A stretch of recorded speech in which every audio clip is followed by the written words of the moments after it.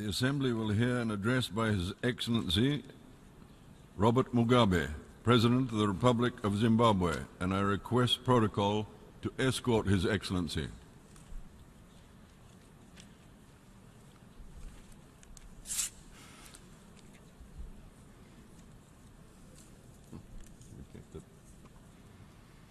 On behalf of the General Assembly,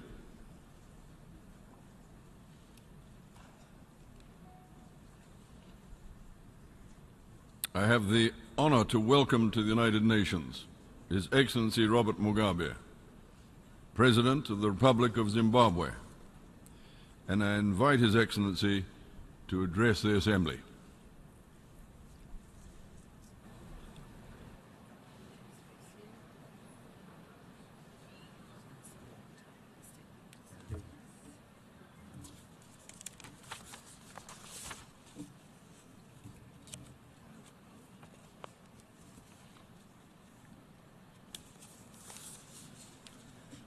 Your Excellency, Mr. Peter Thompson, the President of the 71st session of the General Assembly, Your Excellencies, Heads of State and Government, Your Excellency, Mr. Ban Ki-moon, Secretary General of the United Nations, distinguished delegates, ladies and gentlemen, comrades and friends.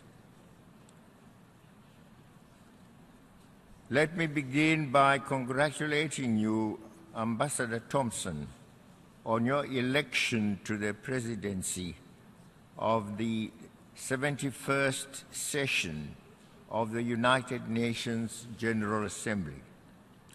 I also extend our deep appreciation to your immediate predecessor, Mr. Morgens Lienkentoft, for his able stewardship of this Assembly during the 70th session. Mr. President, we all vividly recall the momentous occasion in September last year when we adopted the ambitious Sustainable Development Goals Agenda 2030. This Assembly provides us with a unique opportunity to review the measures we have taken thus far at both the international and national levels, in line with our commitment to global socio-economic transformation. We hope that this time around, this agenda will meet better fate. We are encouraged that since September last year,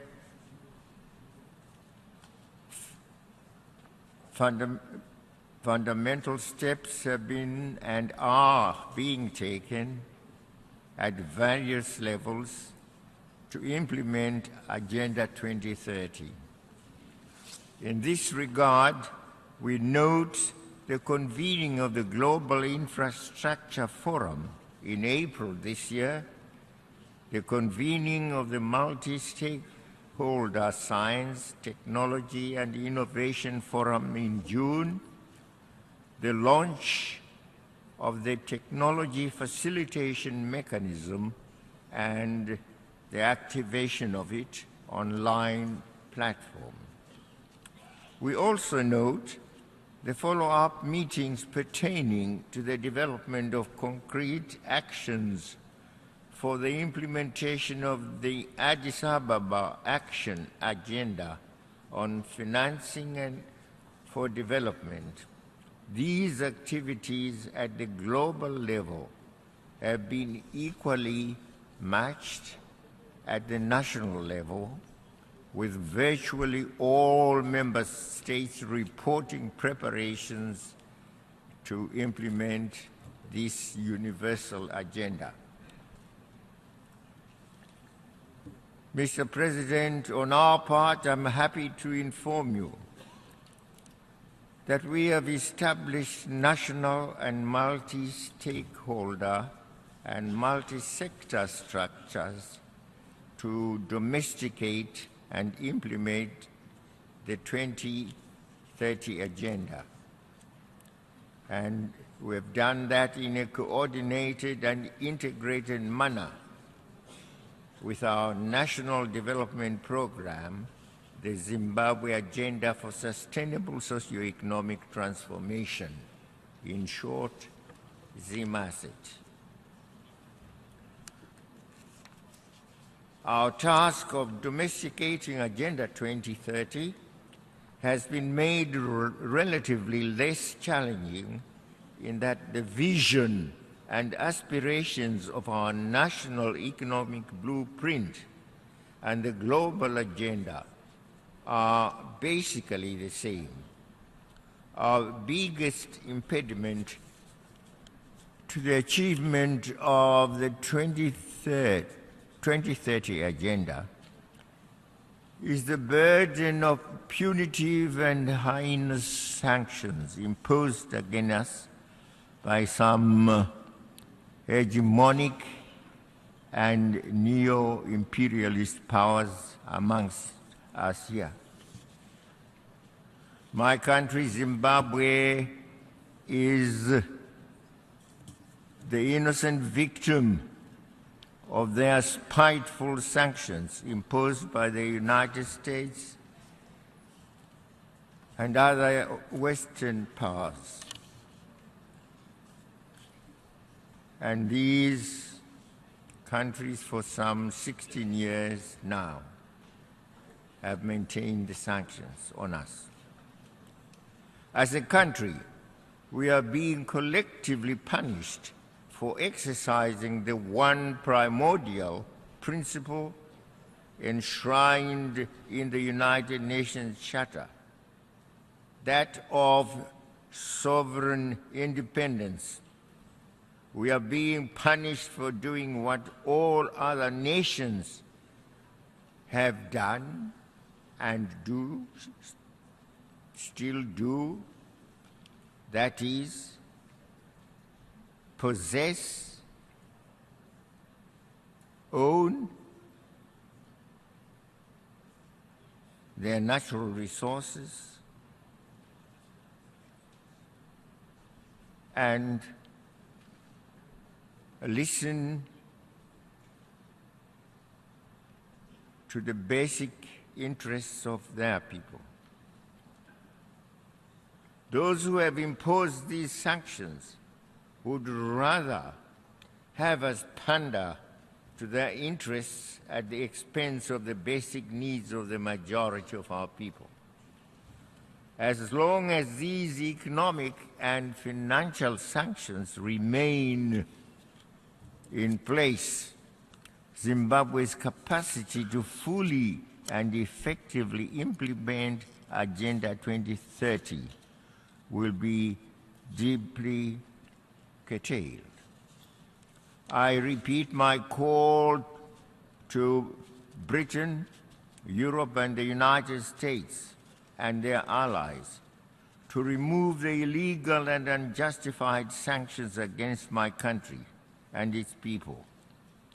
Let us all be bound by our commitments to Agenda 2030, under which we agreed to eschew sanctions in favor of dialogue.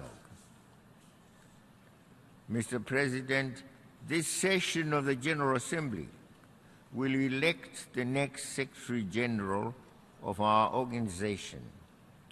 We have witnessed commendable efforts aimed at making the selection process of the next Secretary General inclusive and transparent.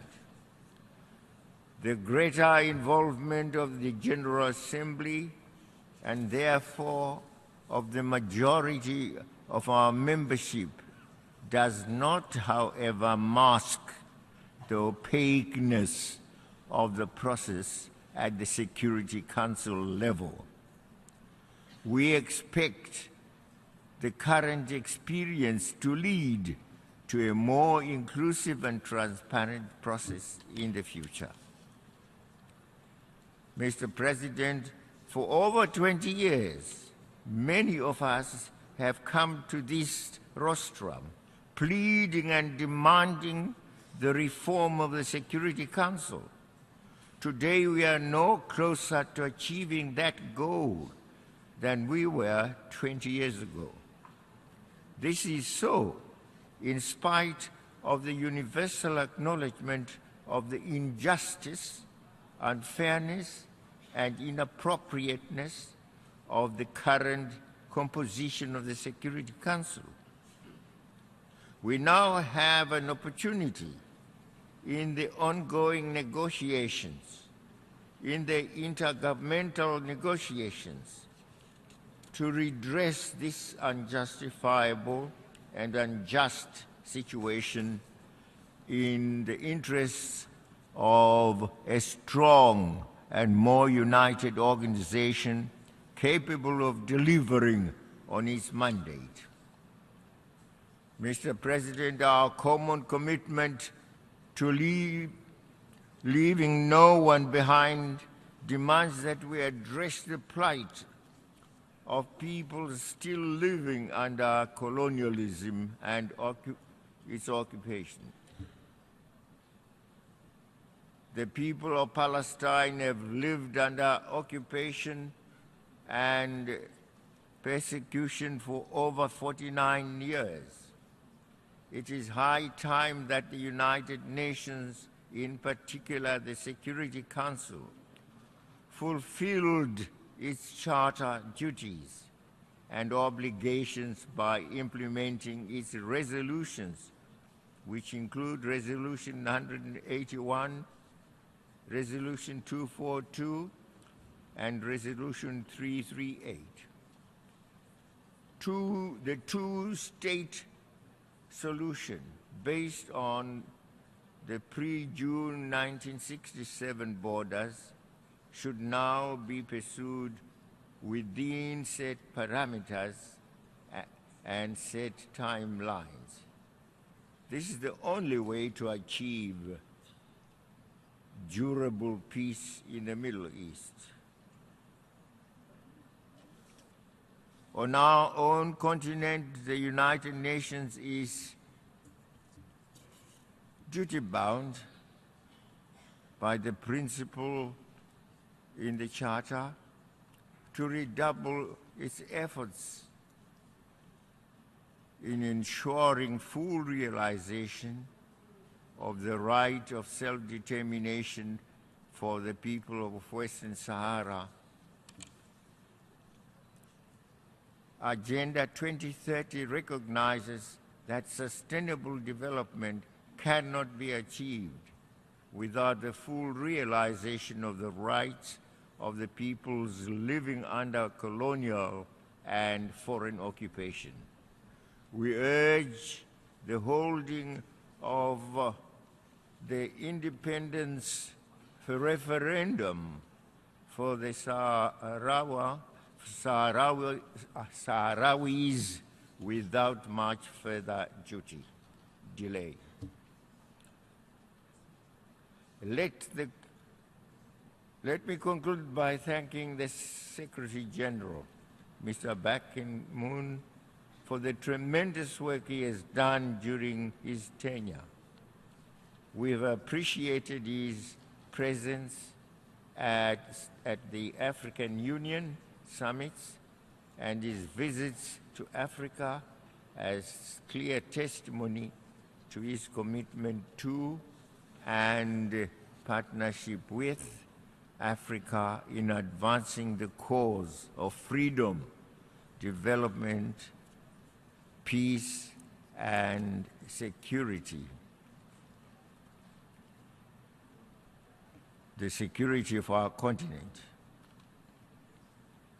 We particularly applaud the Secretary General's leadership in mobilizing the entire United Nations system and indeed the international community to partner with Africa in stopping and rolling back the Ebola epidemic, which claimed thousands of lives and undermined Africa's socio-economic development. He has indeed been an indefatigable advocate for self-determination and a persistent champion for inclusive development, peace, and the building coalitions to deal with humanitarian and other crises. We wish him well in all his future endeavors, and I'm sure many of us will miss him, especially we of Africa. I want to thank you.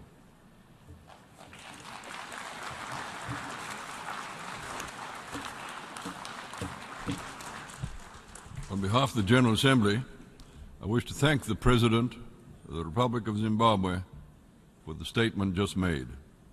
And may I request representatives to remain seated while we greet the President.